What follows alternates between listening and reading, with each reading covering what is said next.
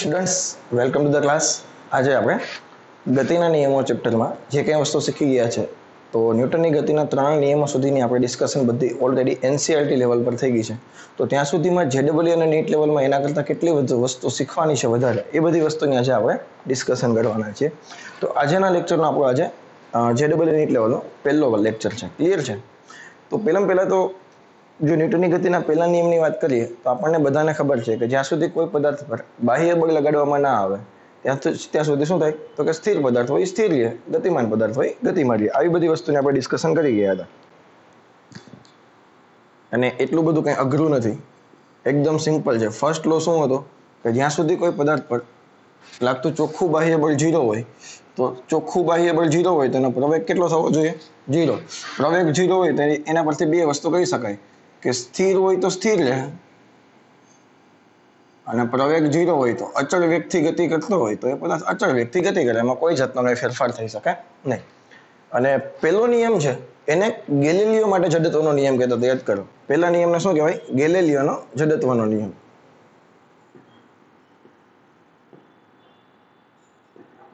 Yes. તો sir જડત્વ શું છે ઓલરેડી એક વખત તો ડિસ્કશન કરી ગયા છે, ફરીથી કહું છું.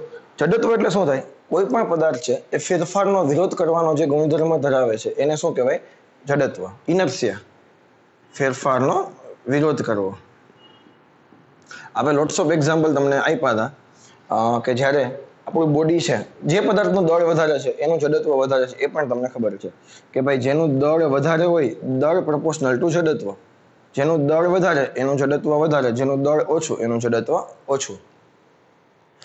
એક બે એક્ઝામ્પલ લઈએ કે ભાઈ આપણું બોડી છે, આપણે ટ્રેનમાં ગતિ કરતા હોઈએ છીએ અને સડનલી ટ્રેન છે એ બ્રેક મારે તો તમે શું થાવ છો? આપણું બોડી છે એના પગ છે ટ્રેન સાથે કોન્ટેક્ટમાં છે તો ટ્રેન, આપણા પગ છે એ સ્થિર થવા માંગે છે, પરંતુ આપણું બોડી મોશનમાં હતું તો આપણું બોડી ગતિ ચાલુ રાખવા માંગે છે, એટલે આપણે આગળના ભાગે જઈએ છીએ. પગ શું કરે છે? પગ બોડીને સ્થિર કરવા માંગે છે, પોતાની ગતિને સ્થિર કરવા માંગે છે, પરંતુ બોડી ઉપરનું મોશનમાં હોય છે એટલે ટ્રેન બ્રેક મારે ને અચાનક તમે આગળના ભાગમાં જાઓ છો. આવી વસ્તુઓ તો તમે ઘણી બધી જગ્યાએ ફીલ કરી શકો છો, પરંતુ મારે આ વસ્તુ આજે કહેવાની નથી. આજે તમને જે વસ્તુ કહેવાની છે એના માટે એક સિમ્પલ પોઈન્ટ પહેલા લખી નાખો. આ પોઈન્ટ તમને ક્યાંય જોવા નહીં મળે, સિમ્પલ ભાષામાં લખું છું. જડત્વને ટ્રાન્સફર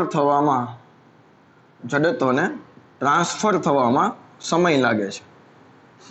બસ આવું તમને કંઈ જોવા નહીં મળે. વાં તો હું તમને એક બે એક્ઝામ્પલ આપીને સમજાવી દઉં અને એ એક્ઝામ્પલ છે એ કામના છે. તમે પ્રેક્ટિકલ પણ તમે આના આધારે કરી શકો. એક સિમ્પલ એક્ઝામ્પલ હું તમને કહું કે માનો કે એક પાણીનો ગ્લાસ હોય, એના પર જો તમે કોઈ પુઠ્ઠું રાખી દો, પાણીના ગ્લાસ ઉપર કોઈ પુઠ્ઠું હોય અને એ પુઠ્ઠા પર જો કોઈ સિક્કો હોય, શું છે? પુઠ્ઠા પર કોઈ સિક્કો છે. હવે પુઠ્ઠાને જો જોરથી મારી દેશો, જોરથી આવી રીતે ફોર્સ આપશો તો પુઠ્ઠું નીકળી જશે અને સિક્કો પાણીમાં પડી જશે. આ વસ્તુ ક્લિયર છે? પરંતુ જો હું પુઠ્ઠાને ધીમે ફોર્સ આપીશ તો સિક્કો પણ સાથે નીકળશે. આ વસ્તુ શું થાય? જ્યારે તમે સડનલી ફોર્સ આપો છો, અચાનક સ્પીડમાં તમે ફોર્સ આપો છો, ત્યારે આનું જે જડત્વ છે, સિક્કો અને બંને કોન્ટેક્ટમાં છે, જે જડત્વ છે એ સિક્કામાં ટ્રાન્સફર નથી થતું. શા માટે?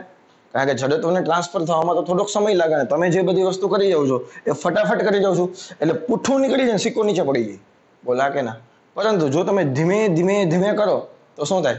સિક્કામાં તમે જે આપો છો બળ, એટલે કે જડત્વ છે એ સિક્કામાં ટ્રાન્સફર થશે, કારણ કે એને થોડોક સમય મળી જાય છે, એટલે કે સિક્કો પણ ફેરફાર કરવાને, વિરોધ કરવાને બદલે સાથે ચાલ્યો આવે છે. આ ભેજામાં જાય છે કે નથી જતું? બોલા કે ના? તો જડત્વને ટ્રાન્સફર થવામાં અમુક સમય લાગે છે, એટલે જ જ્યારે અચાનક બળ આપવામાં આવે તો સિક્કો પાણીમાં પડી જાય છે અને ધીમે બળ આપવામાં આવે તો સિક્કો પુઠ્ઠા સાથે ગતિ કરે છે. આ વસ્તુ લખી નાખજે. હું જે સેન્ટેન્સ બોલ્યો છું એ લખી નાખજે, વિડીયો એક બે વખત રિવાઇન્ડ કરીને. હવે આઈએમપી ટોપિક કયો છે જેના આધારે એમસીક્યુ ઘણી વખત બનતા હોય છે. માનો કે એક દોરી છે, એની સાથે એક એમ દળનો પદાર્થ લગાવું છું અને નીચે એક બીજી દોરી છે. સાંભળજે, આ દોરી એ છે, આ દોરી બી છે. પેલા વ્યવસ્થિત સમજી લે, પછી તમારી ભાષામાં લખી નાખજે. જ્યારે હું દોરી બીને અચાનક ખેંચું, દોરી બીને હું અચાનક ઝટકો આપું તો શું થશે? જડત્વ ટ્રાન્સફર નહીં થાય. બી થી એ સુધી જડત્વ ટ્રાન્સફર થશે નહીં, અને કઈ દોરી તૂટી જશે? દોરી બી તૂટી જશે. શા માટે? તો કે ભાઈ જડત્વને ટ્રાન્સફર થવામાં સમય લાગે. તમે ફટાફટ સડનલી ખેંચી લ્યો તો શું થાય? બી થી એ સુધી જડત્વ ટ્રાન્સફર જ ના થાય અને તમારી દોરી બી તૂટી જશે. પરંતુ જો તમે ધીમે ધીમે ધીમે ધીમે ધીમે ધીમે ખેંચો તો જડત્વ છે એ બી થી એ સુધી ટ્રાન્સફર થાય અને દોરી એ તૂટશે. આ વખતે દોરી કઈ તૂટશે? એ તૂટશે. તો શું લખશો તમે? આ ભેજામાં તો જાય છે કે નથી જતું? હું જે સમજાવું છું એ, જ્યારે દોરી બી ને અચાનક બળ આપવી ઝડપથી ખેંચવામાં આવે ત્યારે દોરી બી તૂટી જશે. કાઉન્સ કરીને લખી નાખો. જડત્વ ટ્રાન્સફર થવામાં સમય લાગે છે. પછી બીજો પોઈન્ટ લખો. જ્યારે દોરી બી ને ધીમે ધીમે સ્લોલી ગ્રેજ્યુઅલી ખેંચવામાં આવે, ધીમે ધીમે ધીમે ધીમે ધીમે પ્રેમથી ખેંચો તો જડત્વ છે એ બી થી એ સુધી વાયા માસ મંગળ થઈને ટ્રાન્સફર થશે અને આ વખતે દોરી કઈ તૂટશે? દોરી એ તૂટશે. એક્સપેરિમેન્ટ કરવો હોય તો કરી શકો છો તમે ઘરે. પેજામાં જઈ કે નહીં તો આના આધારે એમસીક્યુ બને તો આપણને ખબર હોવી જોઈએ. જ્યારે દોરી બી ને અચાનક ખેંચવામાં આવે તો નીચેનામાંથી ઓપ્શન એ દોરી બી તૂટશે, દોરી એ તૂટશે, એક પણ દોરી નહીં તૂટે, દોરી એ અને બી બંને તૂટી જશે. આવા ઓપ્શન હોય તો આપણને ખબર પડી જોઈએ. આઈએમપી કેસ છે, ઘણી વખત પૂછાય છે. તો આ વસ્તુ ભેજામાં જાય છે કે નહીં? તો પોઈન્ટ ખૂબ અગત્યનો છે. જડત્વ ડાયરેક્ટ ટ્રાન્સફર ન થાય, જડત્વને ટ્રાન્સફર થવામાં અમુક સમય લાગે છે. આ વસ્તુ ભેજામાં જાય છે કે નથી જતી? તો પેલા નિયમમાં આવી બધી બેઝિક વસ્તુની વાત કરી હતી. પછી બીજી એક વસ્તુ તમને કહી દઉં. તમે બળના એકમો શીખી ગયા હતા. બળના એકમો શું હતા? એક તો 1 ન્યૂટન અને શું કહેતા હતા? કેજી મીટર પ્રતિ સેકન્ડ સ્ક્વેર. અને 1 ન્યૂટન બરાબર તમે લખતા હતા 10⁵ ડાઇન. અને ડાઇન બરાબર શું લખતા હતા? ગ્રામ સેન્ટીમીટર સેકન્ડ સ્ક્વેર. પછી એક નવો એકમ શીખ્યા હતા, કિલોગ્રામ ફોર્સ. શું શીખ્યા હતા? Kilogram force. કે 1 કિલોગ્રામ દળના પદાર્થને પૃથ્વી પોતાના કેન્દ્ર તરફ જે બળથી ખેંચે એને કહેવાય કિલોગ્રામ ફોર્સ. કિલોગ્રામ ફોર્સનું બીજું નામ છે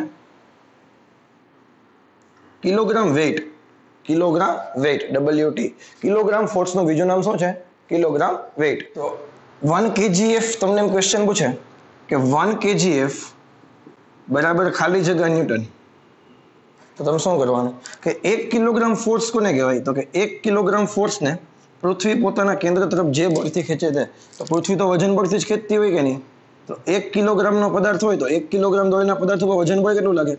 ગુરુત્વ પ્રવેગ 9.8 મૂકો તો વજન બળ કેટલું લાગે? 9.8 ન્યૂટન. તો 1 kilogram force is equal to 9.8 newton અથવા તો 1 kilogram weight is equal to 9.8 newton.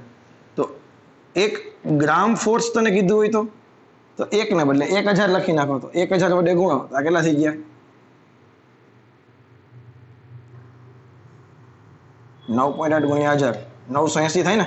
હા, 980 ન્યૂટન. આમાં બીજું કઈ છે? આ 1 ગ્રામ લખી નાખો તો આ 1 ગ્રામ લખો તો આ કેટલા લખવાના? સીજીએસ એકમમાં કેટલા થાય? 980 થાય ને? અરે યાર, 9.8 મીટર પ્રતિ સેકન્ડ હોય અને તમે સીજીએસ માં ફેરવો તો 100 વડે ગુણશું કે નહીં?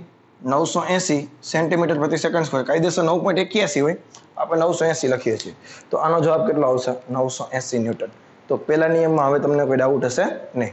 બીજી વસ્તુ, હવે ન્યૂટનની ગતિનો જે બીજો નિયમ તમે શીખી ગયા હતા એ તમે શું હતું કે કોઈ પણ પદાર્થના વેગમાનમાં થતા ફેરફારનો સમય દર તેના પર લગાડેલા બળના મૂલ્ય જેટલો અને બળની દિશામાં હોય છે. આવું કંઈક તમે શીખીને આવ્યા હતા લગભગ.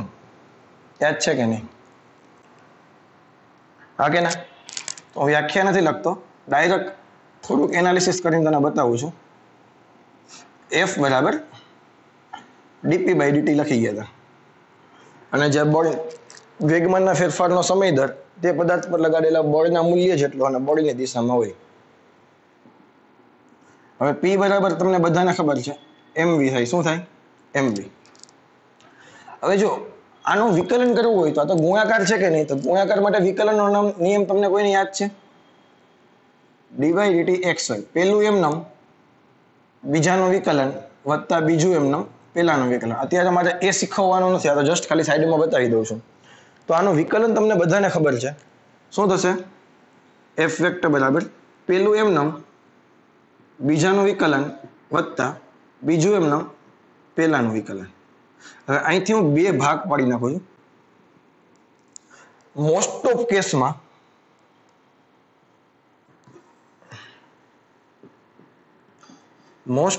કેસમાં એમ તમારા માટે અચળ જ હોય.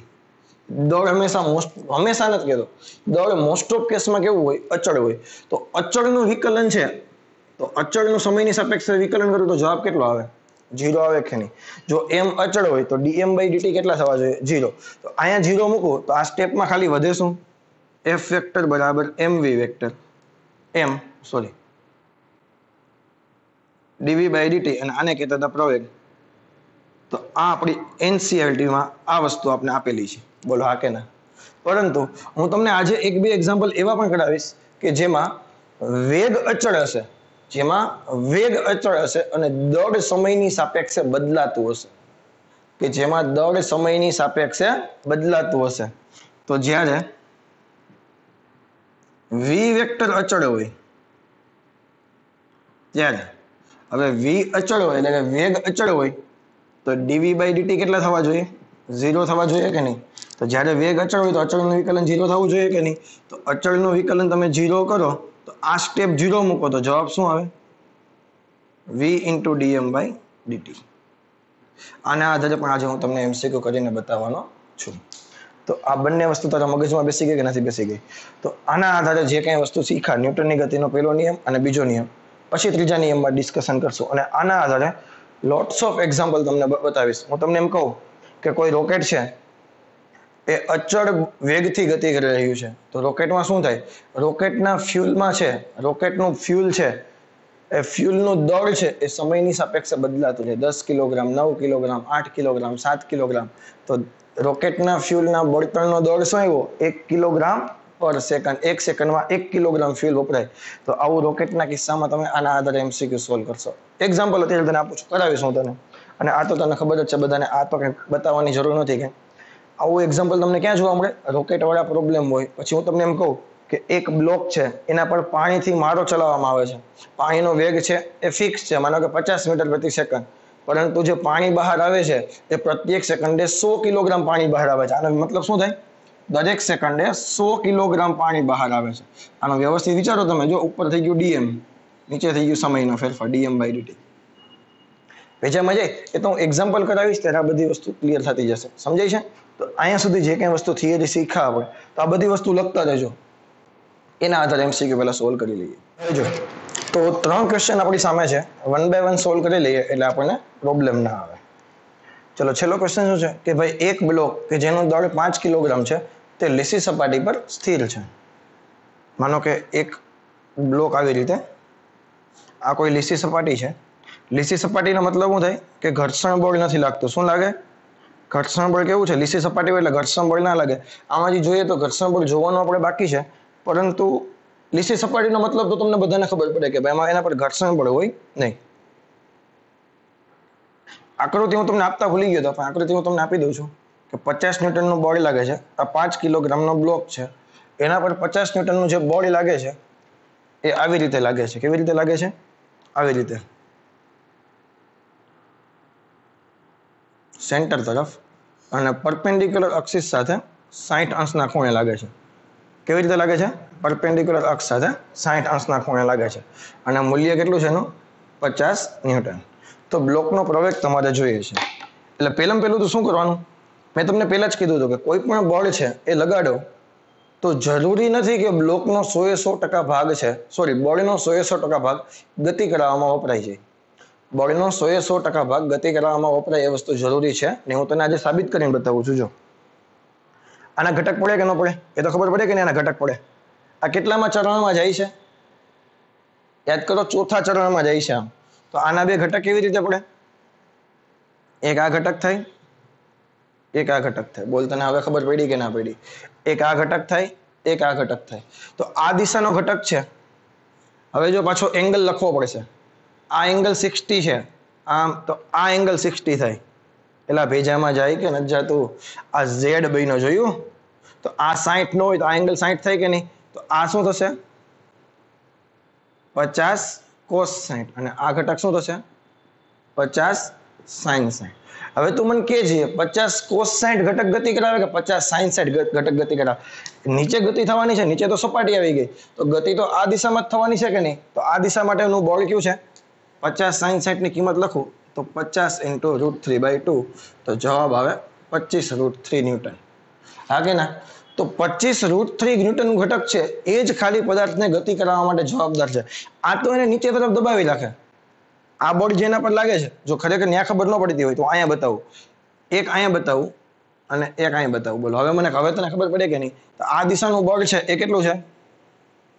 25 √3. તો પ્રવેગ બરાબર શું થાય? F/m.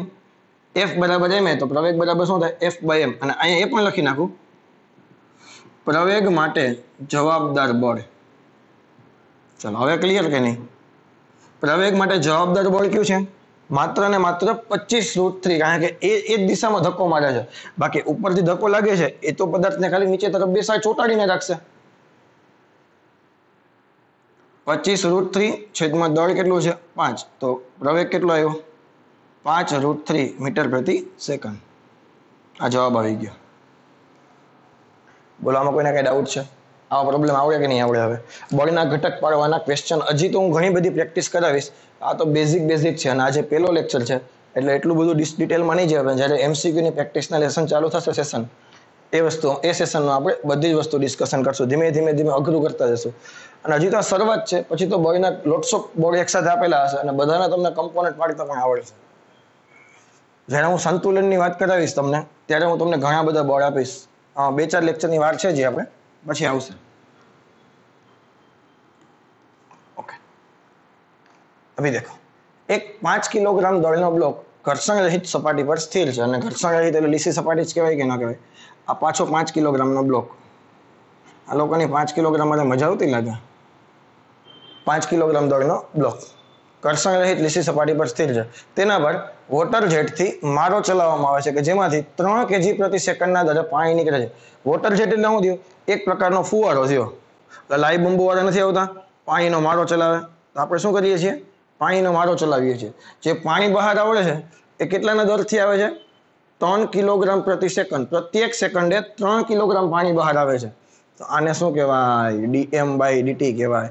આનો એકમ સેકન્ડ, આનો એકમ કિલોગ્રામ. ભેજામાં જાય કે નહીં? સમયની સાપેક્ષે દળનો ફેરફાર. પ્રત્યેક સેકન્ડે 3 કિલોગ્રામ પાણી બહાર આવતું જાય છે. તો આપણને આપેલું શું છે? dm/dt. હવે આ તમે જે કરો છો એની મદદથી આ બ્લોક છે એ 4 મીટર પ્રતિ સેકન્ડના વેગથી ગતિ કરે છે. કારણ કે આના પર તમે પાણીથી મારો ચલાવો એટલે બ્લોક કેટલાના વેગથી ગતિ કરે છે? 4 મીટર પ્રતિ સેકન્ડના વેગથી ગતિ કરે છે. તો બ્લોકનો શરૂઆતનો પ્રવેગ આપણે ગોતવાનો છે.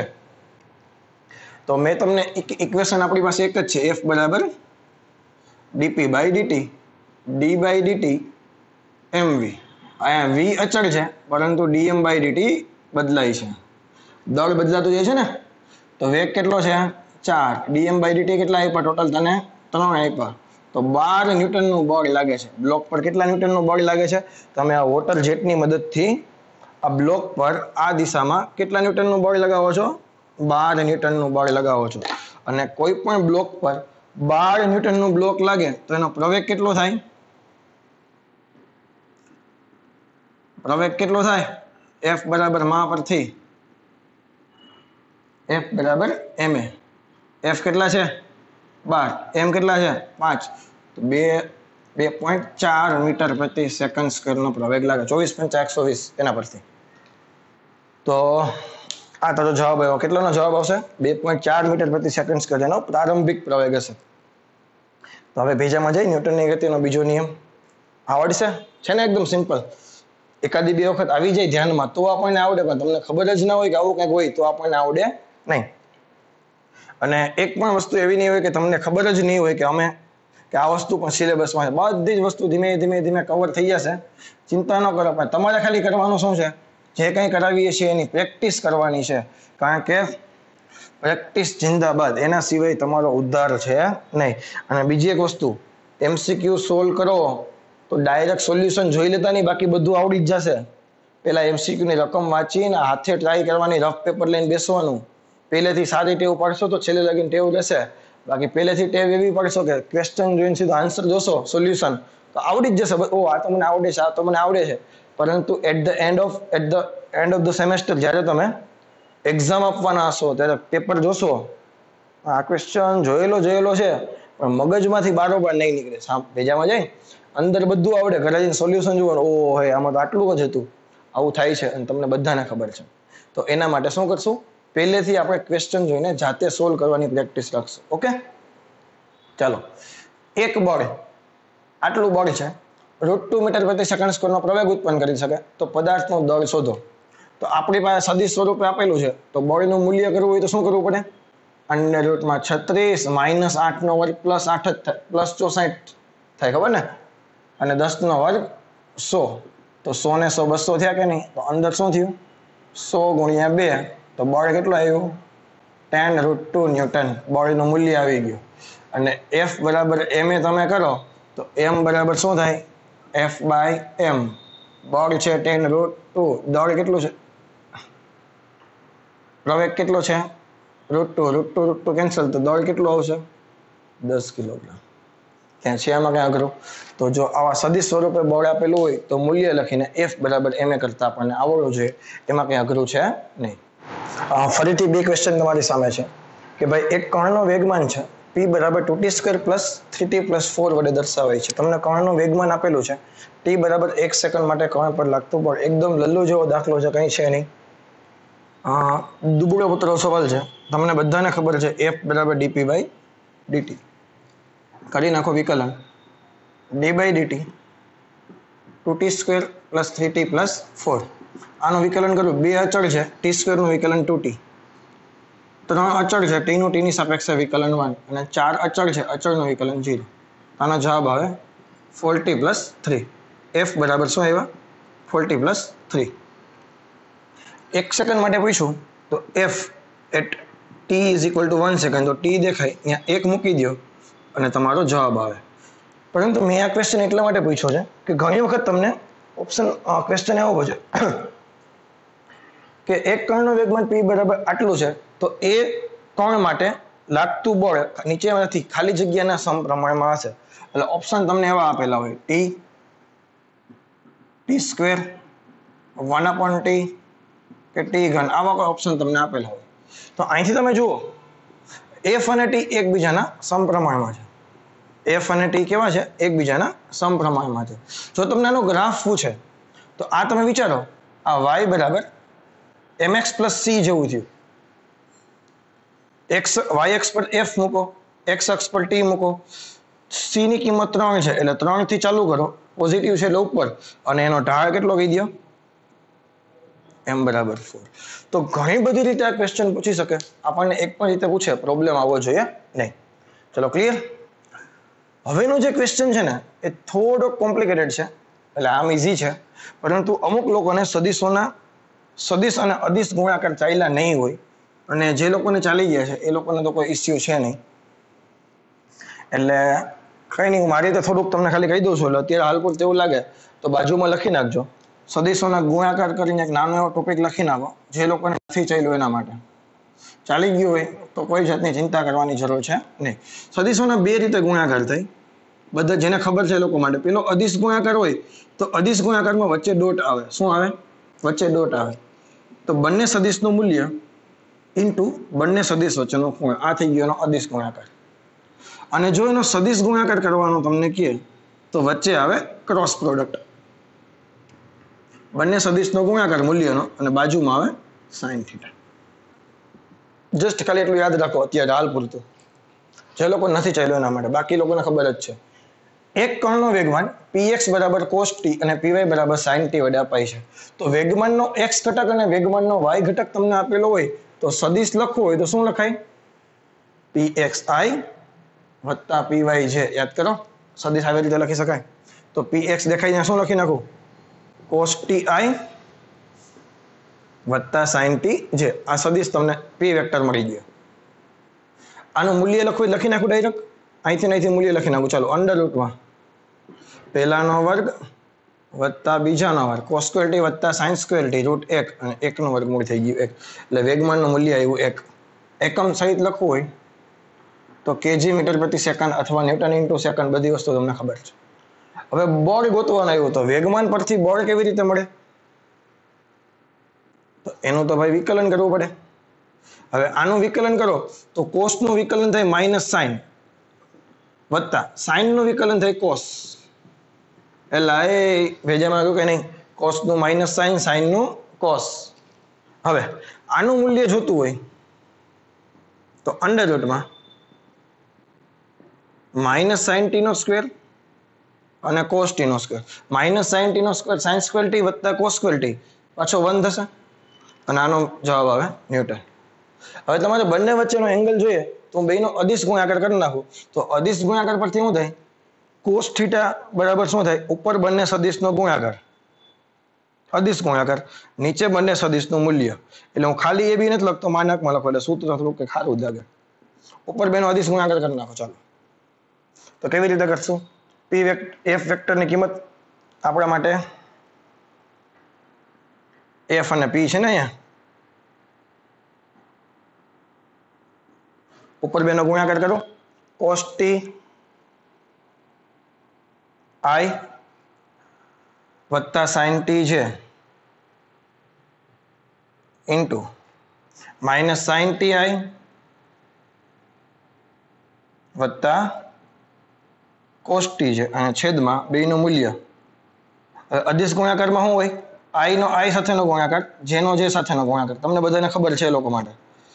Cos t into sine t minus છે તો શું થશે? Sine t cos t. I into i, આ ખબર ને? આઈ ડોટ આઈ 1 થઈ જાય. હા કે ના?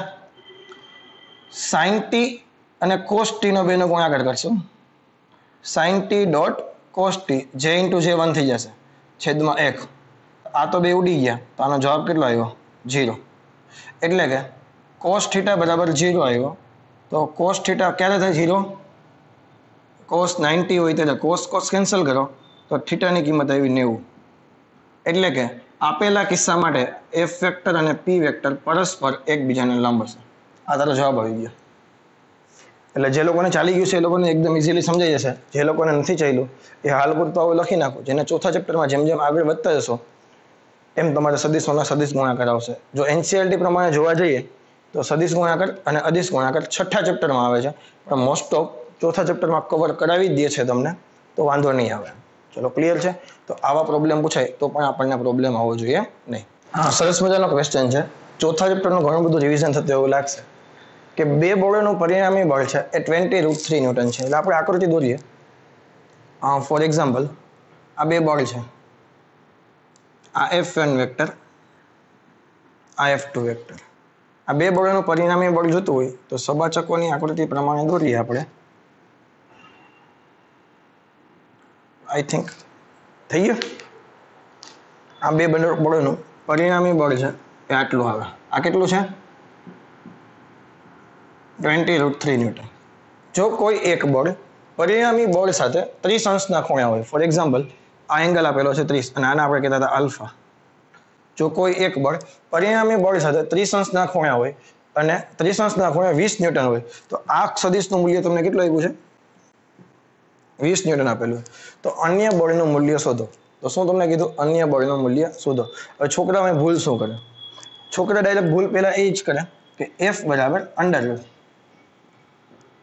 F1 square plus F2 square plus 2F1 F2 cos theta. સાદા કીધું હતું પહેલાનો વર્ગ વત્તા બીજાનો વર્ગ વત્તા 2ab cos થીટા અને બધી કિંમત લખી નાખે. પહેલાનો વર્ગ લખી નાખે 20, આનું મૂલ્ય આપેલું છે 2F1 F2 અને cos થીટા દેખાઈને 30 મૂકી નાખે. કોડા થીટા તો બે સદિશ વચ્ચેનો ખૂણો છે. આ તો તને આલ્ફા આપેલો છે. પરિણામી બળ અને એક સદિશ વચ્ચેનો ખૂણો. બોલ યાદ કર. હા કે ના? તો ડાયરેક્ટ આવી રીતે થાય નહીં. યાદ આવે કે નથી આવતું? આવી રીતે થાય ન થાય. આવું હોત તો તને કરાવત પણ નહીં. તો હવે અહીંથી કરવાનું શું? તો કે પરિણામી બળ છે ને એના ઘટક પાડવાના. પરિણામી બળના બે ઘટક પાડી દેવાના. એક x અક્ષ સાથેનો ઘટક પાડી દેવાનો, આ x અક્ષ, અને આ થઈ ગઈ આપણી y અક્ષ.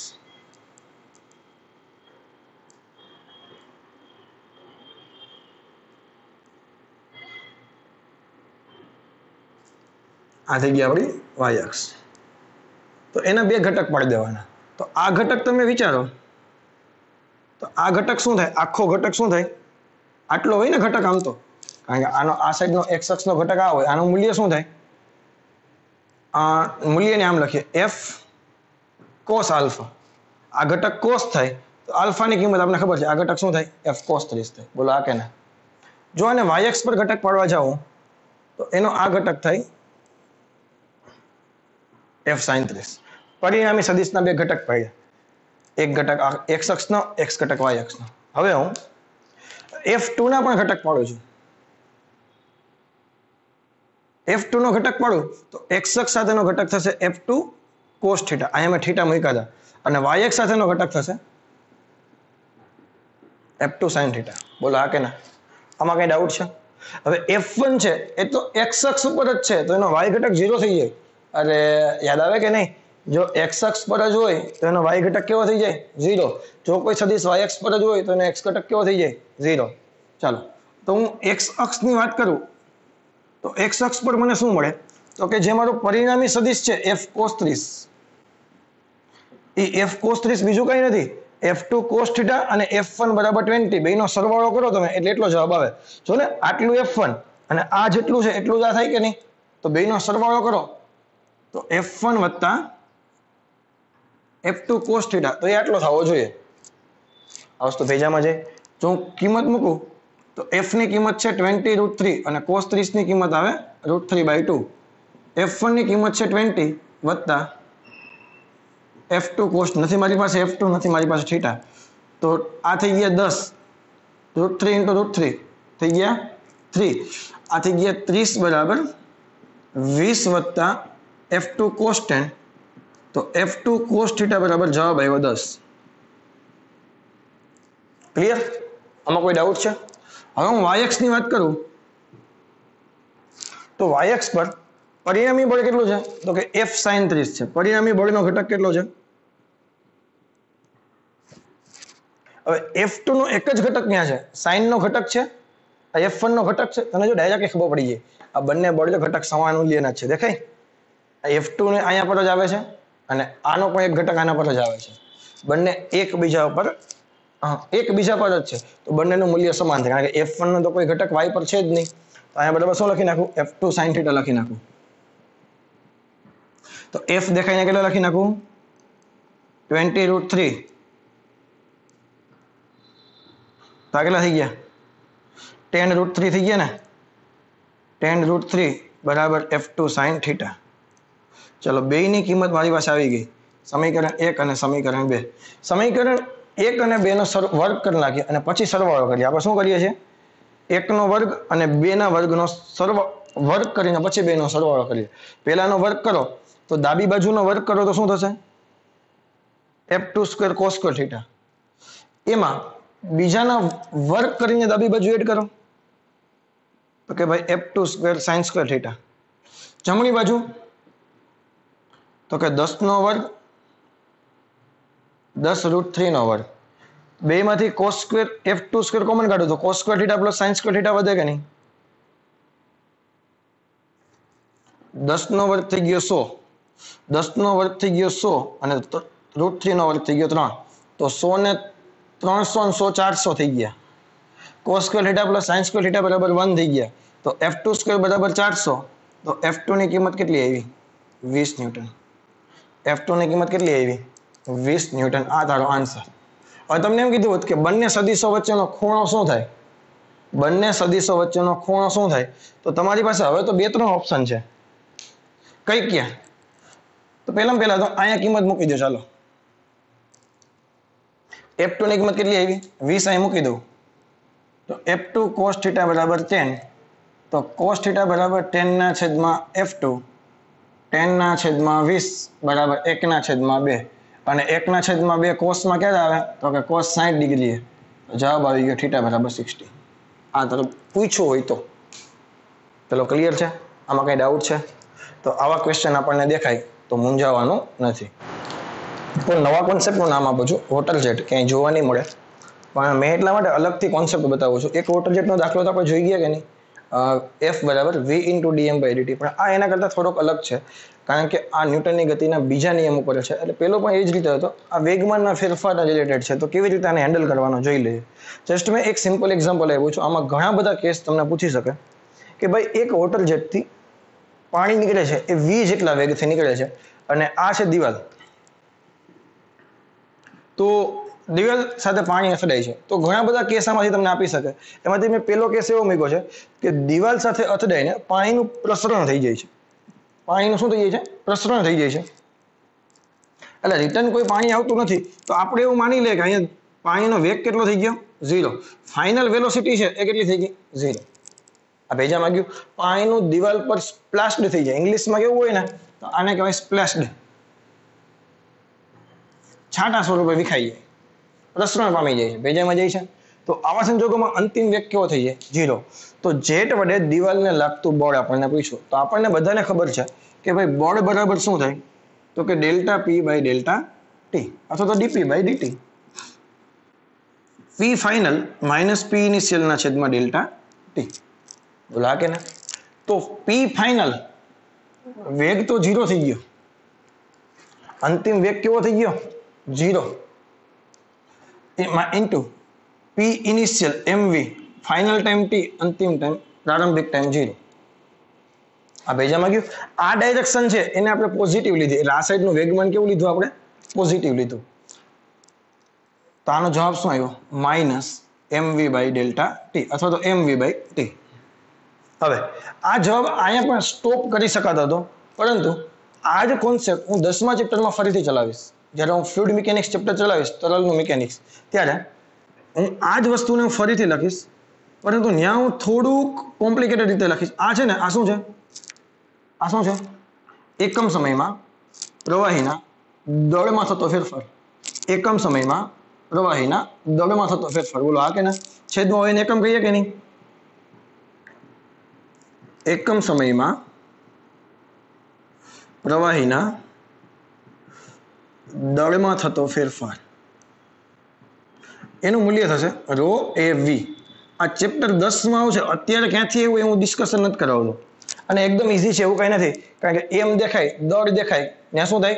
કદ ગુણ્યા ઘનતા. અને કદ દેખાય ત્યાં તમે લખી શકો એરિયા ઇન્ટુ સોરી, જો તને હું એકમની પદ્ધતિ તને થોડુંક સમજાવવાની કોશિશ કરું, જો તું સમજી શકતો હોય તો. આ વી છે ને અત્યારે કદનો છે, અને આ જે વી છે ને એ વેગનો છે. કદનો એક વી છે જ નહીં, સાંભળજે. આ વી છે એ પણ વેગનો છે. તો આ રો એમને રાખું તો આનો એકમ શું થાય? કદનો એકમ મીટર ક્યુબ થાય કે ન થાય? કદનો એકમ શું થાય? મીટર ક્યુબ થાય કે ન થાય? હવે સાંભળજે. આનો હું 2 ભાગ કરી નાખું, મીટર સ્ક્વેર અને મીટર. ચલો, આમાં કોઈને કઈ ડાઉટ છે? આને હું કહી દઉં એરિયા, આને હું શું કહી દઉં? એરિયા. અને આને હું કહી દઉં ડિસ્ટન્સ એક્સ. આને હું શું કહી દઉં? ડિસ્ટન્સ એક્સ, અથવા તો ડેલ્ટા એક્સ. ચલો, એકમ રીતે તો કઈ વાંધો નથી ને? આનો એકમ મીટર, આનો એકમ મીટર સ્ક્વેર. હવે મારી પાસે છે એમ ઇન્ટુ ડેલ્ટા ટી. તો rho A delta x by delta t, અને આને હું કહી દઉં ડેલ્ટા વી, અથવા તો નાનો એવો ફેરફાર હોય તો આને આપણે કહી દઈએ વી. છે આ વસ્તુ. આ વસ્તુ અત્યારે લખવાની જરૂર નથી, કે 10મા ચેપ્ટરમાં આવવાની છે. હાલ પૂરતું ખાલી યાદ રાખી શકો છો તમે, અને સાઈડમાં નોટ ડાઉન કરવું હોય તો પણ કરી શકો છો. કાંઈ મને કંઈ પ્રોબ્લેમ છે? ક્લિયર? તો આનો જવાબ શું આવે? આટલું દેખાય M into M upon delta T, એને લખી શકો રો એ વી. આનો જવાબ શું આવે? રો એ વી સ્ક્વેર. આ શું છે? F jet. જેટ વડે દિવાલ પર લાગતું બળ. જેટ વડે દિવાલ પર લાગતું બળ. અથવા તમે આમ લખી શકો F wall due to jet. જેટને કારણે દિવાલ પર લાગતું બળ. તો તમને બધાને ખબર છે દિવાલ પર લાગતું બળ ઇઝ ઇક્વલ ટુ માઇનસ ન્યૂટનની ગતિનો ત્રીજો નિયમ. જેટલું બળ જેટ દિવાલને લગાવશે એટલું જ બળ દિવાલ જેટને લગાવશે, પરંતુ બેની ડાયરેક્શન કેવી આવે? અપોઝિટ આવે. આ વસ્તુ ક્લિયર છે કે નહીં? હા કે ના? જો આ કેસ કેવો હતો કે દિવાલ સાથે અથડાઈને પ્રસરણ પામીને અંતિમ વેગ 0 થઈ જતો હતો. હવે કોઈ પેપર સેટર એવો છે કે અંતિમ વેગ 0 નથી કરતો, ભટકાઈને પાણી પાછું આ બાજુ આવે છે, ભટકાઈને પાછું પાણી વી વેગથી જ આ બાજુ આવે. ચાલો, પ્રસરણ અથડાઈને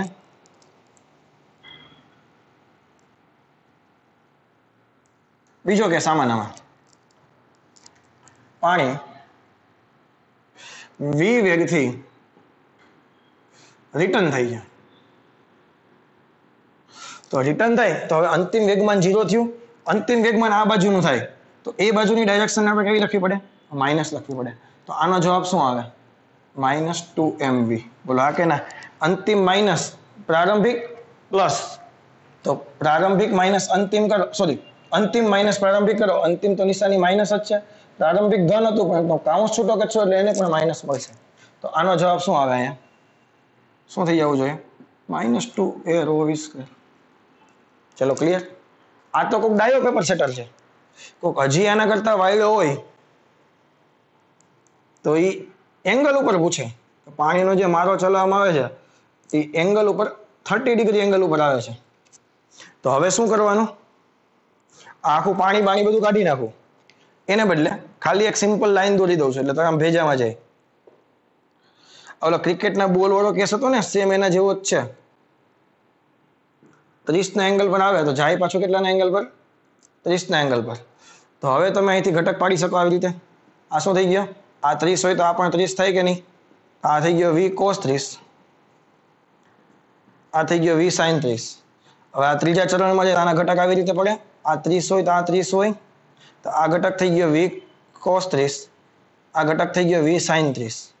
હવે વેગમાનનો અથવા તો વેગનો y ઘટક એવો છે કે જેનું મૂલ્ય અને દિશા બદલાતું નથી, તો આને આપણે ધ્યાનમાં લેશું નહીં. તો આનું અંતિમ વેગમાન લખું તમે delta p by delta t એટલે કે pf minus pi by delta t લખું તો અંતિમ વેગમાન આ બાજુ છે તો m ઇન્ટુ v cos 30, નિશાની આવશે માઇનસ. આ નિશાની પેલી માઇનસ હતી વચ્ચેની, ઇનિશિયલ આવશે mv cos 30 છેદમાં આવશે ડેલ્ટા t. તો આનો જવાબ આવે -2mv cos 30 ની કિંમત થશે √3/2 ડેલ્ટા t, 2 2 કેન્સલ. આનો જવાબ આવે -√3 mv બાય ડેલ્ટા t. તો આનો જવાબ લખી શકો તમે -√3av સ્ક્વેર લખો હોય તો. બાકી તમે અહીંયા સુધી લખો તો આ ચેપ્ટરમાં કઈ પ્રોબ્લેમ છે. તો આવા કોઈ પણ દાખલો હોય વોટર જેટના, હવે તમને કઈ પ્રોબ્લેમ જવો જોઈએ નહીં. તો એક વોટર જેટનો પ્રોબ્લેમ હતો, એક બુલેટ અને પ્લેટનો પ્રોબ્લેમ છે, એ પણ કેવા હોય એ કરાવી દઉં છું. હવે જે પ્રોબ્લેમ છે એ છે બુલેટ અને પ્લેટ વાળા પ્રોબ્લેમ. તો કેવી રીતે હેન્ડલ કરશું આપણે? ફોર એક્ઝામ્પલ, આપણી પાસે એક પ્લેટ છે. આપણી પાસે એક પ્લેટ છે અને પ્લેટનું દળ છે m. ક્લિયર? એના પર કોઈ એક બુલેટથી મારો ચલાવ, હું 1 by 1 તને બધા સ્ટેપ ઉપર લઈ જાઉં છું. એ બુલેટનું દળ છે m અને v વેગથી ગતિ કરીને આની સાથે અથડાય છે.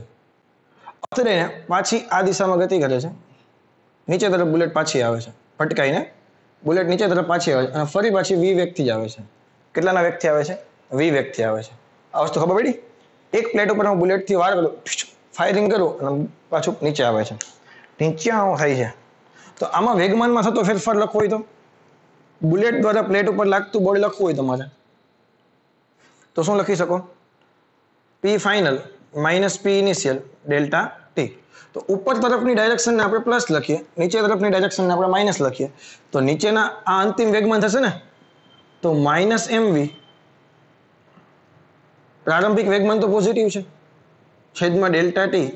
તો શું થયું? -2mv by delta t. ચલો આ વસ્તુ ક્લિયર? આ તો મેં એક જ બુલેટ ચલાવી હતી. જો n બુલેટ ચલાવવામાં આવે, n બુલેટ થી ફાયરિંગ કરવાનું આવે તો બળ કેટલું લાગે?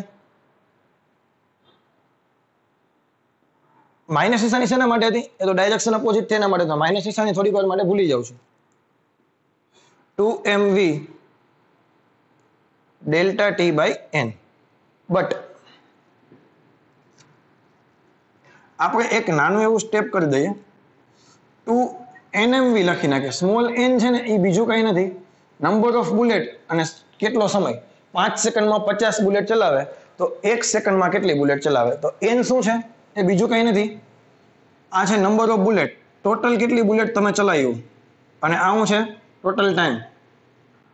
તો સ્મોલ n લખવાનો મતલબ શું થાય? 50 બુલેટ તમે 5 સેકન્ડમાં ચલાવો તો સ્મોલ n બરાબર શું થાય? 1 સેકન્ડમાં ચાલતી બુલેટ એ કેટલી થશે? 10. અહીં 50 નહીં લખવાના, 10 લખવાના. આ વસ્તુ ભેજામાં ગઈ કે ના ગઈ? તો આ વસ્તુ તને આવડે કે ન આવડે? હવે તમને કોઈ ક્વેશ્ચન એવો પૂછે કે એક પ્લેટ પર એટલી બુલેટ ચલાવવામાં આવે છે કે જેથી કરીને પ્લેટ સંતુલનમાં આવે છે. એક બુલેટ પર એટલી બધી પ્લેટ કારણ કે નીચેથી બોય લાગે ને ઉપર તરફ, બુલેટ તમે ચલાવો એટલે ઉપર તરફ બોય લાગે કે નહીં? તમને એમ કીધું પ્લેટ સંતુલનમાં છે, તો પ્લેટ સંતુલનમાં ક્યારે હોય? તો કે પ્લેટ ઉપર બાજુ જે બોય લાગે છે 2nmv લાગે છે. કોને કારણે? બુલેટને કારણે. અને સંતુલનમાં ક્યારે કહેવાય? તો કે ભાઈ એના પર લાગતું પ્લેટનું વજન બળ છે એ બંને કેવા થવા જોઈએ? સમાન થવા જોઈએ. ઉપરનું બળ અને નીચેનું બળ સમાન હોય તો કોઈ પણ પદાર્થ સંતુલનમાં છે તેમ કહેવાય. તો સંતુલનની કન્ડિશન શું થાય? 2nmv બરાબર mg. બટ ક્યારે? બુલેટ જેટલા વેગથી જાય તેટલા જ વેગથી રિટર્ન થતી હોય તો તમે આ વસ્તુ કરી શકો. કારણ કે તો જ 2nmv આવે ને, તો જ 2mv થાય. હવે કેસ કોઈ એવો છે કે બુલેટ માનો કે પ્લેટમાં ઘૂસી જાય છે, મતલબ નો રિટર્ન ટિકિટ. જેવું ફાયરિંગ કરું અને આમાં બુલેટ ઘૂસી જાય, બુલેટ ઘૂસી ગઈ આમાં, તો આવા સંજોગોમાં અંતિમ વેગમાન કેટલું થઈ ગયું? 0. શા માટે? તો કે બુલેટ એમાં સ્થિર થઈ ગઈ. શા માટે? તો કે બુલેટ પ્લેટમાં ઘૂસી જઈ સ્થિર થઈ ગઈ. સાદી ભાષામાં આપણે જેવું આવડ્યું આપણે કોઈને બતાવવા જવું? આપણે તો એબીસીડી બતાવવા જવાના છે, બાકી કઈ બતાવવા જવું તો કે નહીં. પ્રારંભિક વેગમાં આનો જવાબ કેટલો થશે? -mv. જો n બુલેટ ચલાવવામાં આવે તો અહીંયા 2 નીકળી જાય, ખાલી શું આવે? mv into yes. તો અહીંથી પણ 2 નીકળી જાય તો અહીં જવાબ શું આવે?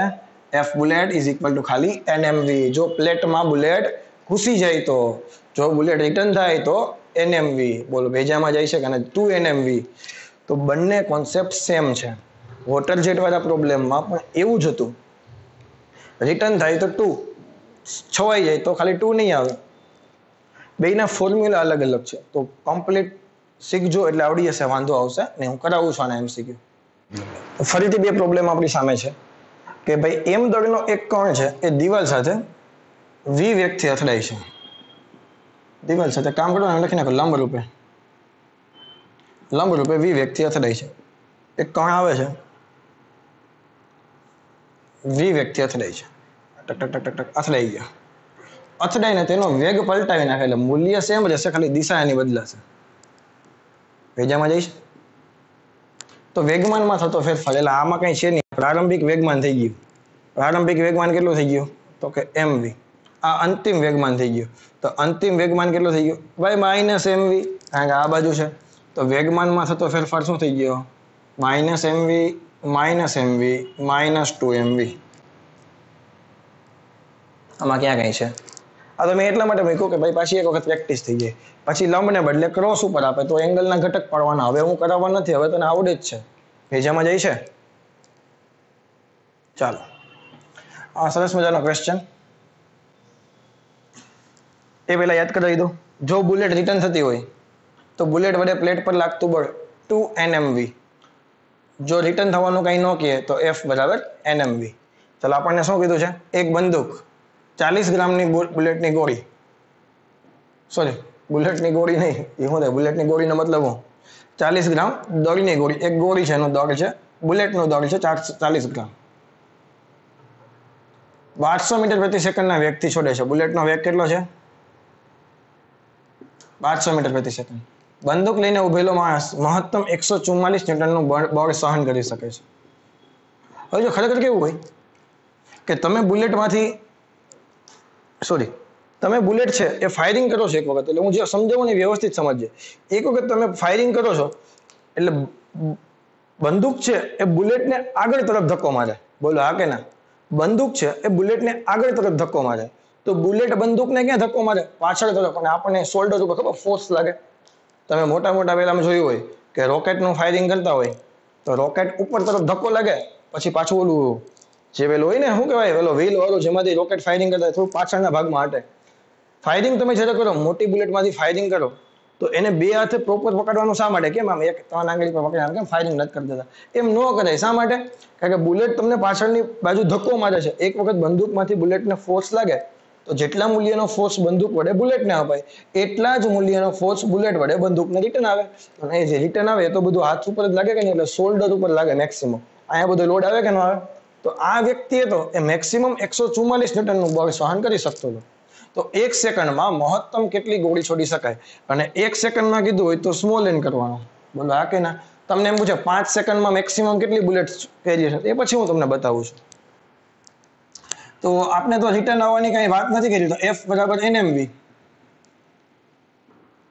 આ શું છે? તો શોર્ટકટ યાદ હોય તો કઈ મગજમારી નથી. હવે બાકી બધી વસ્તુ પ્લેટ વાળી કેલ્ક્યુલેશન પાછું કરવું પડે આખું. બુલેટ જાય, વેગમાનમાં ફેરફાર થાય, MV by delta t n વડે મલ્ટીપ્લાય કરો, એ બધું કેલ્ક્યુલેશન પાછું કરવાનું હોય. એની શોર્ટકટ યાદ રાખવાની હોય. આ કેટલા આવશે? 40 ગુણ્યા 10 ની -3. આ થઈ ગયા 1200. તો આ ઉપર ગયા 1000 થઈ ગયા કે નહીં? 10 ની 3 ઉપર 1000 થઈ ગઈ. અને આ થઈ ગયા 1200. તો 1 2 ને 3, 1 2 ને 3 કેન્સલ થયા. 12 144 અને 4 તેરી 12. 1 સેકન્ડમાં કેટલી બુલેટ છોડી શકાય? મેક્સિમમમાં મેક્સિમમ 3. તો હવે તમને મુજબ 5 સેકન્ડમાં કેટલી છૂટે? તો 15. 20 સેકન્ડમાં કેટલી છૂટે? તો એ રીતે 20 તરી ને 60. આ બેજામાં જાય છે. આ જે n છે એ 1 સેકન્ડનો જવાબ છે, એ આપણા મગજમાં હોવું જોઈએ. ચલો આ વસ્તુ ક્લિયર? તો આના પછીની નાની એવી થિયરી હતી બળનો આઘાત. એ વસ્તુ આજે સોલ્વ કરી લઈએ. અને એમાં કંઈક વસ્તુ મારે 1-2 વસ્તુ કહેવાની છે જે આપણે ક્લાસમાં નહોતી કીધી, એટલા માટે કે આપણે ક્લાસમાં પ્યોર NCERT લેવલ પર ડિસ્કસ કરતા હોઈએ છીએ. અને JEE નીટનો લેક્ચર હોય તો એમાં કંઈક અલગ વસ્તુ ડિસ્કસ કરતા હોઈએ છીએ. બોડીનો આઘાત. અને જો ઇંગ્લિશમાં કેવું હોય ને તેમ કહેવાય ઇમ્પલ્સ ઓફ ફોર્સ. શું કહેવાય આને? ઇમ્પલ્સ, આઘાત. ઇમ્પલ્સ એટલે શું થાય? આઘાત. તો બોડીના આઘાતની સંજ્ઞા છે ને I લખવામાં આવે. ઘણી વખત શું લખવામાં આવશે? I લખવામાં આવશે. અને આપણને બધાને ખબર છે બોડીનો આઘાત એટલે શું થાય? F × dt બરાબર dp. તો આને છે ને DI કહેવાય. શું કહેવાય? DI. આ બોડીના આઘાતનું સમીકરણ. અને આપણને બધાને ખબર છે કે બોડીનો આઘાત છે એ વેગમાનના ફેરફાર જેટલો હોય. બોડીનો આઘાત છે એ વેગમાનના ફેરફાર જેટલો હોય. અને બોડીનો આઘાત શા માટે શીખવાનો આવે છે? કારણ કે જ્યારે કોઈ પણ બે વસ્તુ વચ્ચે કોન્ટેક્ટ થતો હશે તો એવા સંજોગોમાં ટાઈમ ફાઇન્ડ કરવો ખૂબ અઘરો છે. યાદ આવે કે એક બોલને હું દિવાલ સાથે અથડાવું તો એ ટાઈમ ફાઇન્ડ કરવો ને, દિવાલ અને બોલ વચ્ચે જે કોન્ટેક્ટ થાય છે એ ટાઈમ ફાઇન્ડ કરવો ખૂબ અઘરો છે. તો કેટલું બળ લાગે એને કેલ્ક્યુલેશન કરવા કરતાં આપણે વેગમાનનો ફેરફાર તો ઇઝીલી કેલ્ક્યુલેટ કરી શકીએ. શા માટે? કારણ કે આપણી પાસે સ્પીડ માપવા માટેના સાધનો છે. હા કે ના? તો વેગમાનનો ફેરફાર ફાઇન્ડ કરી લ્યો તો બોડીનો આઘાત એક નવી રાશિ એટલા માટે આપણે ડિફાઇન કરીએ છીએ કે બોડીનો આઘાત આપણે ફાઇન્ડ કરી શકીએ. બોલો હા કે ના? તો વેગમાનના ફેરફારની મદદથી બોડીનો આઘાત આપણે ઇઝીલી કેલ્ક્યુલેટ કરી શકીએ છીએ. હવે અહીંથી મારે તને બે વસ્તુની વાત કરવી છે. જો આને હું સંકલનની રીતે લખું, થોડીક વાર આને ભૂલી જા સદિશને, તો બે બાજુ સંકલન કરું તો આ થઈ ગયું ડીપી ડીપી ડીપી ભેગા થઈને પી થઈ ગયા. તો પી એટલે બીજું કઈ નથી. આને તમે કેવી રીતે લખી શકો? F વિરુદ્ધ T ના આલેખનું ક્ષેત્રફળ. બોલો હા કે ના? આ કોને ખબર છે?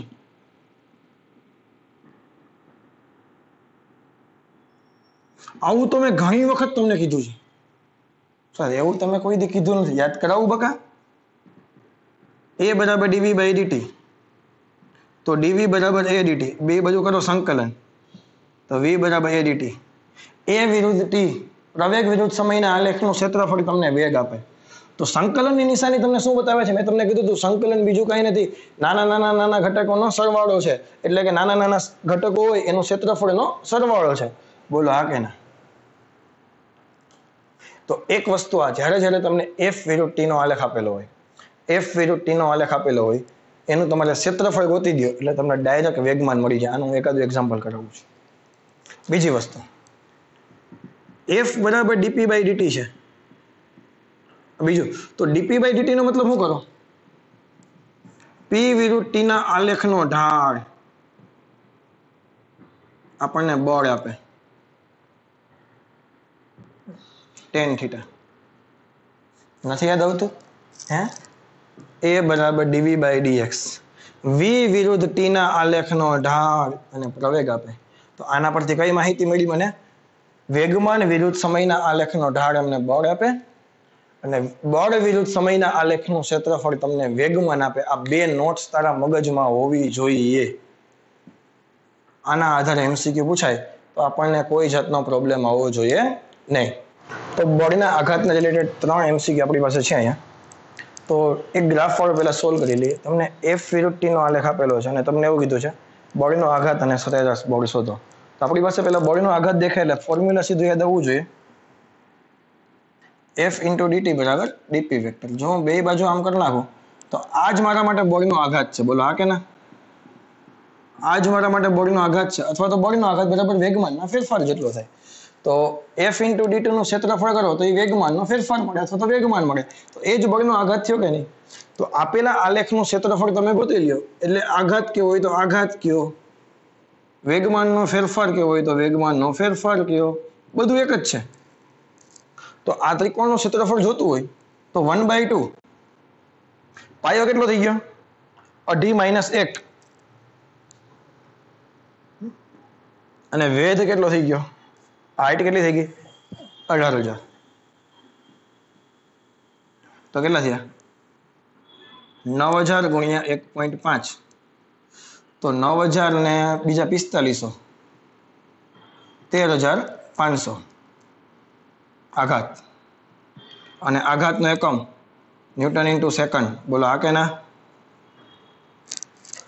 તમને એમ કીધું સરેરાશ બળ તો સરેરાશ બળ જો આઘાત એટલે શું થાય બળ ગુણ્યા સમય યાદ કરો આઘાત એટલે શું થાય F into dt તો બળ એટલે શું થાય આઘાતના છેદમાં સમય તો આઘાત તો આપણી પાસે છે 13,500 એને તમે 1 સમય કેટલો છે આપણે સમયના ફેરફાર 1.5 વડે ભાંગી નાખો એટલે બળ કેટલું આવશે 9,000 ન્યૂટન કેટલું આવશે 9,000 ન્યૂટન આમાં કઈ ડાઉટ છે ગ્રાફ વાળા પ્રોબ્લેમ હોય તો મૂંઝાઈ નહીં જવાનું કાં તો ગ્રાફ વાળા પ્રોબ્લેમમાં ક્ષેત્રફળ હોય અને કાં તો ઢાળ હોય બાકી બીજું કાંઈ એમાં હોઈ શકે નહીં આપણી પાસે પ્રોપર કોન્સેપ્ટ હોય તો વાંધો ના આવે જો P વિરુદ્ધ T નો આલેખ હોય તો ઢાળ તમને બળ મળે F વિરુદ્ધ T નો આલેખ હોય તો ક્ષેત્રફળ તમને શું આપે વેગમાનનો ફેરફાર આપે અથવા તો બળનો આઘાત આપે ચલો ક્લિયર ચલો એના પછીનો ક્વેશ્ચન શું છે કે એક દડો જેનું વજન 150 ગ્રામ છે એટલે કે 0.150 કિલોગ્રામ 12 મીટર પ્રતિ સેકન્ડની ઝડપથી બેટ સાથે અથડાય છે આ બેટ આપણો બોલ આવે છે કેટલાની ઝડપથી અથડાય છે 12 મીટર પ્રતિ સેકન્ડની ઝડપથી અથડાય છે અને બેટ વડે ફટકારતા બોલ કેટલાની ઝડપથી જાય છે 20 મીટર પ્રતિ સેકન્ડની ઝડપથી પાછળ જાય છે બંને વચ્ચેનો જે કોન્ટેક્ટ ટાઈમ છે એટલે સંપર્ક સમય છે ડેલ્ટા ટી એ કેટલો છે 0.01 સેકન્ડ તો બેટ વડે બોલ પર લાગતું આઘાત અને સરેરાશ બળ શોધો પહેલા તો મને કે આ ઇનિશિયલ વેગમાન થઈ ગયું કે નહીં તો પહેલા તો વેગમાનનો ફેરફાર ડેલ્ટા પી મળે કે નહીં અને વેગમાનનો ફેરફાર છે એને જ બળનો આઘાત કહેવાય કે નહીં જો કોન્સેપ્ટ આપણી પાસે હોય ને તો બધું જ ફટાફટ જશે તો અંતિમ વેગમાન માઇનસ પ્રારંભિક વેગમાન તો m vf minus m vi m બે માંથી કોમન કાઢ લો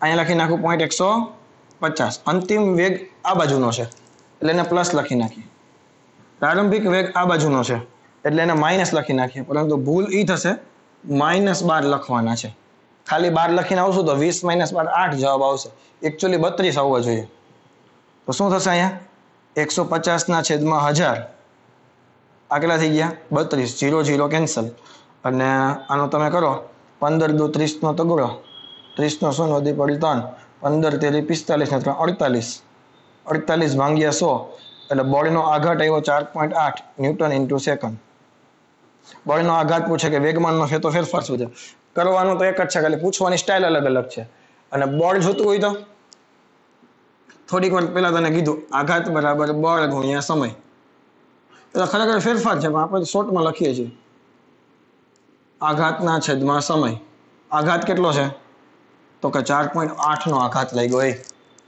અને સમય કેટલો છે 0.01. તો આ થઈ ગયા 48/10. સાદી ભાષામાં કહું તો આ થઈ ગયા 1 અને છેદનો છેદ યોગ્ય ઉપર, તો એકક કેન્સલ થયા, તો બળ કેટલું આવ્યું 480 ન્યૂટન. આવડે? આવો કોઈ પણ દાખલો હોય આપણને પ્રોબ્લેમ આવવો જોઈએ ને. કદાચ આ એંગલ ઉપર આપ્યો હોત તો તમને કઈ વાંધો હતો? આ બોલ છે આમ આવ્યો હોત તો, બેટ સાથે આમ આવ્યો હોત તો 30 કોણે આવીને 30 કોણે ગયો હોત તો તમને કઈ વાંધો હતો?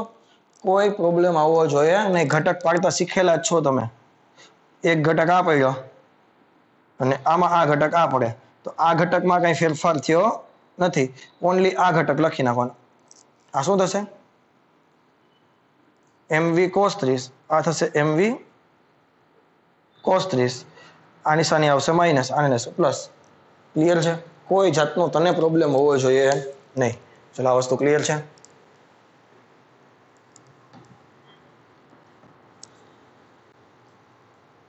તું હી રે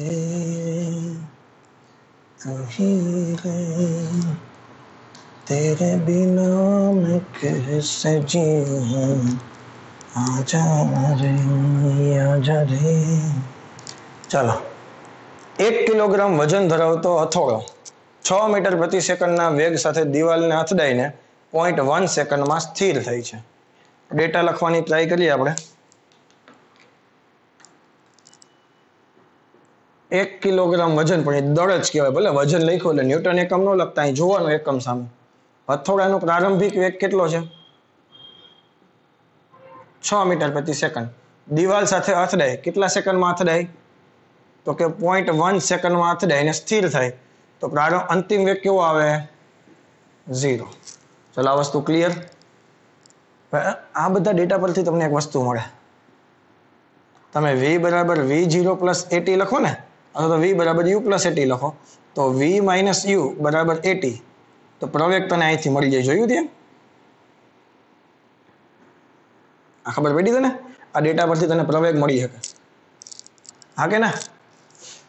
તો બોડીનો આઘાત લખવો હોય,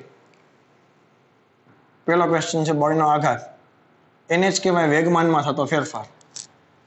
તો અંતિમ વેગમાન માઇનસ પ્રારંભિક વેગમાન, તો m vf માઇનસ vi. બોલો તમને કોઈને કઈ વાંધો છે? દળ કેટલું છે? 1 કિલોગ્રામ. અંતિમ વેગ કેટલો છે? 0, કારણ કે સ્થિર થઈ ગયો. પ્રારંભિક વેગ કેટલો હતો? 6. તો બોડીનો આઘાત કેટલો આવ્યો? -6 ન્યૂટન ઇન્ટુ સેકન્ડ. નિશાની ધ્યાનમાં ન લેતા, કારણ કે નિશાની ખાલી દિશા દર્શાવવા માટે છે. હથોડાને રોકતું સરેરાશ બળ, તો બળ બરાબર શું થશે? આઘાતના છેદમાં સમય. આઘાત કેટલો છે? 6 નો. સમય કેટલો છે? 0.1 નો. તો બળ કેટલું લાગ્યું? 60 ન્યૂટન. બળ કેટલું લાગે છે? 60 ન્યૂટન. તો પ્રવેગ જોતો હોય તો તમે f બરાબર m યુઝ કરો, તો a બરાબર f ના છેદમાં m. બળ લાગ્યું 60 નું, પ્રવેગ છે દળ છે 1. ભૂલ થઈ ગઈ? નહીં. 60 મીટર પ્રતિ સેકન્ડ સ્ક્વેર. પતી ગયો દાખલો. અહીંથી કરો તો પણ એ જ જવાબ આવશે કે નહીં? v દેખાય ને 0, પ્રારંભિક વેગ 6, સમય છે 0.1, છેદનો છેદ ઉપર ગયો, -60 મીટર પ્રતિ સેકન્ડ. આ રીતે કરો કે આ રીતે કરો, બેમાં જવાબ સેમ જ આવે. પેજામાં જાય છે? તો આવા દાખલામાં કે બળના આઘાતમાં પણ હવે તને કઈ પ્રોબ્લેમ હોવો જોઈએ નહીં. તો એક નવું બળ જે ટેક્સ્ટબુકમાં આપેલું છે, પણ એટલું બધું ડિટેલમાં નથી આપેલું, ઉપયોગ ઘણી બધી જગ્યાએ કરેલો છે. લંબ પ્રત્યાઘાતી બળ નામ આપું છું. પ્રત્યાઘાતી મેં શા માટે કીધું એ વસ્તુ હું તને સમજાવું. પહેલા તમે કંઈક વસ્તુ લખી છે, પહેલા વાંચો. કે જ્યારે સ્થિર પદાર્થ છે એને તમે કોઈ સપાટી પર મૂકો, ત્યારે એ સપાટી છે એ પદાર્થ પર બળ લગાડે. તો તમને ખબર છે ન્યૂટનની ગતિનો ત્રીજા નિયમ મુજબ, જો સપાટી પદાર્થ પર બળ લગાડતી હોય તો પદાર્થ પણ સપાટી પર બળ લગાડતો હોવો જોઈએ. બોલો હા કે ના? પણ અત્યારે આપણે કઈ વસ્તુની વાત કરીએ છીએ? સપાટી પદાર્થ પર બળ લગાડે છે. શા માટે? તો કે હવે હું તને જે કહું છું ને એ બહુ ધ્યાન દઈને સાંભળીએ, સમજી જઈશ તું. માનો કે એક ટેબલ પર એક તમે બુક રાખો છો, એક ટેબલ પર તમે એક બુક રાખો છો. એટલે બુક શું કરે? બુકને પૃથ્વી પર નીચે તરફ બળ લાગે, એ વજન બળ mg w. આને તમે કહેતા હતા વજન બળ. એટલે બુક શું કરે? ટેબલને દબાવવાની કોશિશ કરે. બુક શું કરે? ટેબલને દબાવવાની કોશિશ કરે. સર બુક ન હોત તો માનો કે ખાલી ટેબલ છે આ, તો આ ટેબલના 4 પાયા છે, એ ચારેય પાયા છે ને, જો આને બળના સ્વરૂપમાં દર્શાવું ને તો જમીન પર આવી રીતે બળ લગાડતા હોય.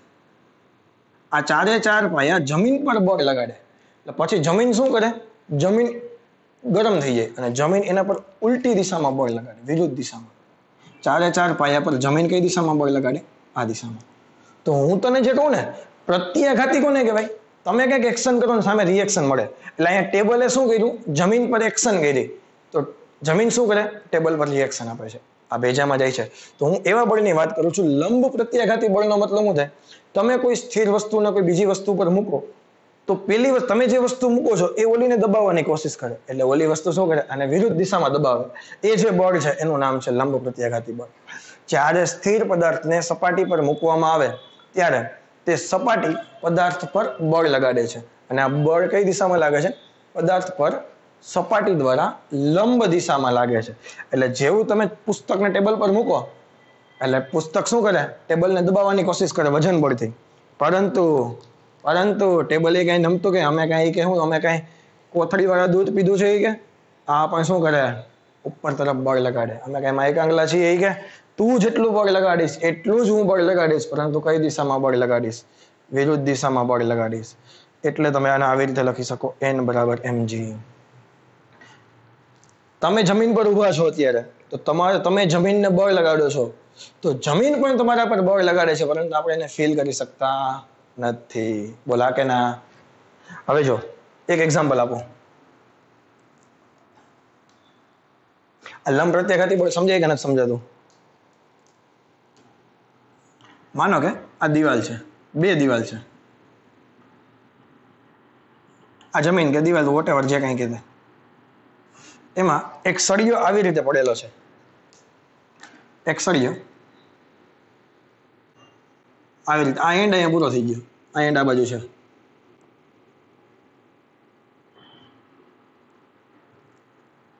ક્લિયર? તો આ સળિયો આને આમ દબાવવાની કોશિશ કરતો હોય, આ એને નીચે તરફ દબાવવાની કોશિશ કરતો હોય, તો આ સાઈડની સપાટી વડે સળિયાના આ છેડા પર જે લંબ બળ લાગે ને એ ઉપર તરફ લાગે, અને અહીંયા જે લંબ બળ આમ દબાવવાની કોશિશ કરતો હોય તો એના પર જે લંબ બળ લાગે ને આ ઉપર આ બાજુ લાગે. તમને એમ પૂછે સળિયા દ્વારા દિવાલ પર લાગતું બળ, તો સળિયો દિવાલ પર કઈ દિશામાં બળ લગાડતો હશે? આ દિશામાં બળ લગાડતો હશે. પરંતુ દિવાલ છે એ સળિયા પર ઉપર તરફ બળ લગાડતી હશે. એટલે બ્લુ છે એ શું છે? દિવાલ દ્વારા સળિયા પર લાગતું બળ હંમેશા સપાટીને કેવું હશે? લંબ હશે. બોલો ભેજામાં જાય છે કે નથી જતું? આ વસ્તુ ક્લિયર છે કે નહીં? આનું એકાદું એક્ઝામ્પલ કરાવું એટલે લંબ બળ. આ તો બહુ ડિટેલમાં જઈએ છીએ, આટલું બધું તો નહીં આવે, પરંતુ 1-2 એક્ઝામ્પલ કરાવું તો આપણને વધારે ખબર પડે. હવે જો મેં તમને સ્ટાર્ટિંગમાં પહેલા એક વખત વસ્તુ કીધી હતી કે આપણે આ ચેપ્ટરમાં સંપર્ક બળ શીખવાના છીએ. સંપર્ક બળ 3 પ્રકારના હતા. એક લંબ પ્રત્યાઘાતી બળ, એક તણાવ બળ અને એક ઘર્ષણ બળ. ભેજામાં જાય છે કે નહીં? તો સંપર્ક બળ છે લંબ પ્રત્યાઘાતી બળ છે એ સંપર્ક બળનો જ એક ભાગ છે. ભેજામાં જાય કે નહીં? હું જ્યારે સંપર્ક બળ બોલું તો 3માંથી કોઈ પણ બળ હોઈ શકે. એ લંબ પ્રત્યાઘાતી બળ હોઈ શકે, ટેન્શન ફોર્સ હોઈ શકે, અથવા તો ફ્રિક્શન ફોર્સ હોઈ શકે. બોલો ભેજામાં જાય છે? આપણે શું કરવાનું? અહીંયા ઇન્ડિવિજ્યુઅલ થોડુંક એનાલિસિસ કરવાનું. હું એને પહેલા 10 ન્યૂટનને એક અલગથી દોરી દઉં છું. શું લખી નાખું છું? 10 કિલોગ્રામ દળનો પદાર્થ છે એને હું અલગથી દોરી દઉં છું. એના પર એક બળ આ બાજુ લાગે છે, એ તમને દેખાય છે. હું આને નામ આપી દઉં F1 = 100 ન્યૂટન. શું નામ આપી દઉં? અથવા તો ખાલી 100 ન્યૂટન. ચાલો F1 નથી લખવું આપણે. હવે એક તો તને પહેલી વસ્તુ તો એ ખબર પડવી જોઈએ કે એના પર વજન બળ લાગતું હોય. બોલો હા કે ના? તો આનું વજન બળ નીચે તરફ લાગતું હોય કે નહીં? તો વજન બળ કેટલું હોય? mg જેટલું. તો m દેખાઈને 10 અને g દેખાઈને 10 મૂકી દે તો વજન બળ કેટલું થઈ ગયું? 100 ન્યૂટન. હવે જે બોલું સમજતો હોય છે. હવે બ્લોક છે એ 100 ન્યૂટનના બળથી આને દબાવવાની કોશિશ કરે છે. બ્લોક છે એ 100 ન્યૂટનના બળથી સપાટીને દબાવવાની કોશિશ કરે, તો સપાટી કઈ માઇક આંગળી થોડી છે, એ પણ એના તરફ બળ લગાડે કે નહીં? લંબ પ્રત્યાઘાતી બળ લગાડે કે ન લગાડે? જેટલા બળથી બ્લોક સપાટીને દબાવે એટલા જ બ્લોકથી આ ઉપર દબાવવાની કોશિશ કરે કે ન કરે?